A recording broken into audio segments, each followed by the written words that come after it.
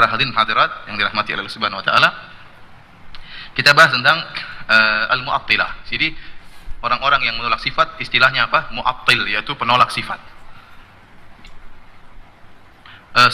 Penolak sifat ini muncul sudah di zaman salaf, ya. Sudah muncul sudah di zaman salaf, yaitu di zaman para imam. Imam Ahmad bertemu dengan para penolak sifat. Imam Ahmad bertemu dengan ahlul bidah, ya, yang bernama Ibnu Abi Duat. Ibnu Abi Duat ini seorang Mu'tazilah, ya, yang dia mempengaruhi sang raja Khalifah Al-Ma'mun, ya, untuk menyatakan Al-Quran itu makhluk. Akhirnya Khalifah Al-Ma'mun memaksa ulama untuk menyatakan Al-Quran itu makhluk. Kalau tidak mau mengatakan Al-Quran makhluk, maka disiksa atau dibunuh. Maka banyak ulama yang tidak berani, akhirnya mereka terpaksa mengatakan Al-Quran itu makhluk. Imam Ahmad nekat mengatakan Al-Quran bukan apa? Makhluk. Maka dia dipenjara, disiksa, dicambuk, ya. Sampai datang 3 khalifah, Khalifah Ma'mun dan seterusnya. Dia disiksa selama 3 zaman khalifah. Khalifah keempat baru kemudian dibebaskan oleh Imam Ahmad rahimahullahu ta'ala. Jadi sudah muncul, ya. Makanya Imam Ahmad punya buku judulnya Ar-Rad 'alal Jahmiyah waz Zanadiqah, bantahan terhadap orang-orang Jahmiyah dan orang-orang zindiq, ya. Al-Imam Al-Bukhari juga bertemu dengan mereka. Muncul di zaman para imam. Imam Bukhari punya buku judulnya Khalqu Af'alil Ibad, untuk bantah pemikiran Qadariyah. Ya, kemudian juga dalam Sahih Bukhari ada bab judulnya bab Rad 'alal Jahmiyah, bab bantahan terhadap Jahmiyah. Kemudian juga Imam Abu Dawud, ya, Ibnu Majah dan yang lainnya. Jadi para ulama mendapati ahlul bidah di zaman mereka, dan mereka sudah membantah para penolak sifat sejak zaman mereka. Saya akan nukilkan perkataan mereka. Seperti perkataan Abu Zur'ah Ar-Razi. Abu Zur'ah Ar-Razi rahimahullahu ta'ala, yang wafat pada tahun 264 Hijriah. 264 Hijriah. Beliau berkata, "Al-mu'attilatun nafiyatu alladhina yunkiruna sifatillahi azza wa jalla allati wasafa biha nafsahu fi kitabih wa ala lisani nabiyhi sallallahu alaihi wasallam wa yukadzibuna bil akhbari as-sihah allati ja'at an Rasulillah sallallahu alaihi wasallam fi sifat wa yata'awwalunaha bi ara'ihim al-mankusah ala muwafaqati ma'taqadu min ad-dhalalah." Kata Abu Zur'ah Ar-Razi, al-mu'attilah, para penolak sifat, yaitu orang-orang yang mengingkari sifat-sifat Allah yang Allah sifatkan dalam Al-Quran dan Allah sifatkan melalui lisan Nabi sallallahu alaihi wasallam, dan mereka mendustakan hadis-hadis yang sahih. Ini dilakukan oleh ahlul bidah. Contohnya seperti Mu'tazilah. Mereka bingung waktu mendapati mereka menolak sifat Allah di atas, dan mereka juga menolak tentang bahwasanya kaum mukminin bisa melihat Allah pada hari kiamat. Allah berfirman dalam Al-Qur'an, "Lilladzina ahsanul husna wa ziyadah." Bagi orang-orang yang melakukan kebajikan, bagi mereka al-husna, bagi mereka surga, wa ziyadah, dan ada tambahan daripada surga. Tambahan itu melihat wajah Allah Subhanahu wa taala. Jadi hadis-hadis yang meriwayatkan tentang Allah dilihat pada hari kiamat diriwayatkan lebih dari 20 sahabat. Namun orang-orang Mu'tazilah nekat, seperti Al-Qadhi Abdul Jabbar, ya, dan juga yang lainnya, tokoh-tokoh Mu'tazilah, mereka menolak. Kata mereka, oh, hadis-hadisnya hadis ahad. Hadis apa? Ahad. Sehingga mereka tolak. Hadis ahad tidak bisa dijadikan sebagai apa? Akidah. Ternyata hadisnya bukan hadis ahad, ternyata hadisnya mutawatir. Diriwayatkan lebih dari 20 sahabat. Jadi hadis-hadis yang sahih mereka dustakan. Mereka dustakan. Kenapa? Tidak cocok dengan akal mereka, tidak cocok dengan hawa nafsu mereka. Kata Abu Zur'ah Ar-Razi, mereka mendustakan hadis-hadis yang sahih yang datang dari Rasulullah SAW tentang sifat-sifat. Ini yang pertama, mereka dustakan atau mereka menolak. Yang kedua, wa yata'awwalunaha bi ara'ihim al-mankusah, dan mereka mentakwil sifat-sifat tersebut dengan pikiran-pikiran mereka yang bolak-balik, yang sesuai dengan akidah mereka yang sesat. Wa yansabuna ruwataha ila tashbih, dan mereka menuduh perawi-perawi hadis-hadis tersebut adalah ahli tasbih. Padahal rawi-rawi tersebut meriwayatkan sebagaimana datang dari Nabi sallallahu alaihi wasallam. Rawi-rawinya thiqah. Ya, jadi mereka menuduh kesalahan pada rawi hadis.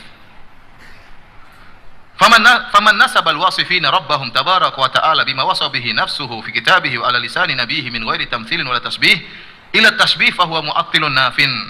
Kata Abu Zur'ah Ar-Razi, barang siapa yang menisbahkan para penetap sifat, ya, Ahlussunnah wal Jamaah, yang mereka menetapkan sifat Allah sesuai dengan yang datang dalam Al-Quran maupun hadis-hadis Nabi SAW, tanpa tamthil, tanpa menyamakan dan tanpa membagaimanakan dengan manusia, dituduh sebagai musyabbih, yang musyabbih tadi yang menyamakan, ya, fahuwa mu'attil, maka orang penuduh ini namanya mu'attil, penolak sifat, nafin. Wa yustadallu alaihim binisbatihim iyyahum ila tasbih annahum mu'attilah nafiyah. Kata dia, kata Abu Zur'ah Ar-Razi, kalau Anda ingin tahu siapa penolak sifat, cari yang tukang nuduh ahlu sunnah dengan musyabbih, dialah mu'attil.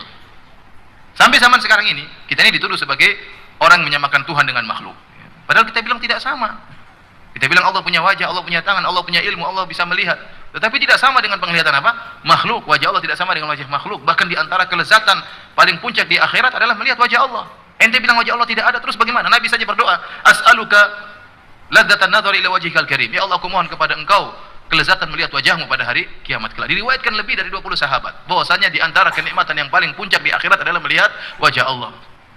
Terus wajah itu mau ditafsirkan apa? Mereka bilang enggak ada wajah Allah, maksudnya lain. Seperti itu ya. Jadi kita yang menetapkan wajah Allah dituduh sebagai musyabbih. Oleh karenanya Abu Zur'ah Ar-Razi mengatakan, justru kalau ada yang menuduh ahlu sunnah dengan dituduh sebagai musyabbih, musyabbih itu artinya penyama antara Allah dengan apa? Makhluk. Mumatsil atau musyabbih, penyama antara Allah dengan makhluk. Dan menyamakan Allah dengan makhluk kekufuran, syirik. Tidak boleh kita nyamakan Allah dengan apa? Makhluk. Allah berfirman, laisa kamitslihi syai' wa huwas samiul basir.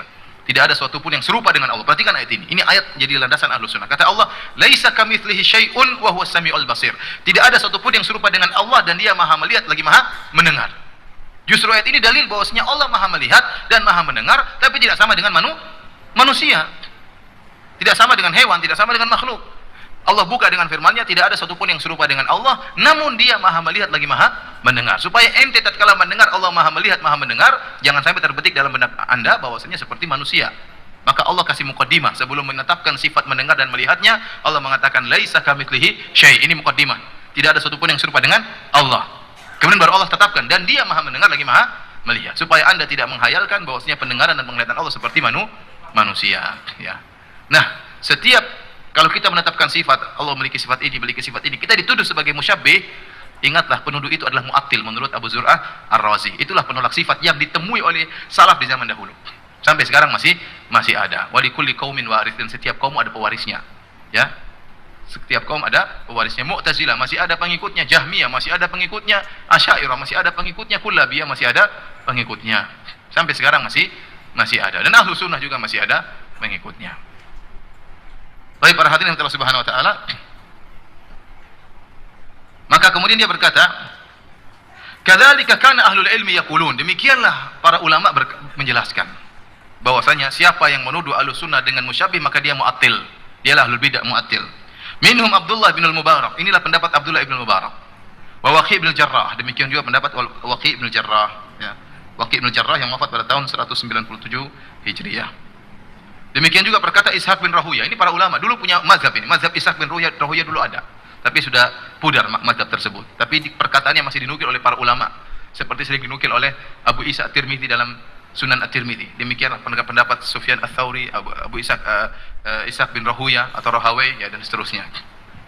Kata dia Ishaq bin Rahuya, alamatu Jahmin wa ashabihi da'wahum ala ahli jamaah wa ma'uli bihi minal kadhib annahu musyabbihah bal humul mu'attilah. Ya.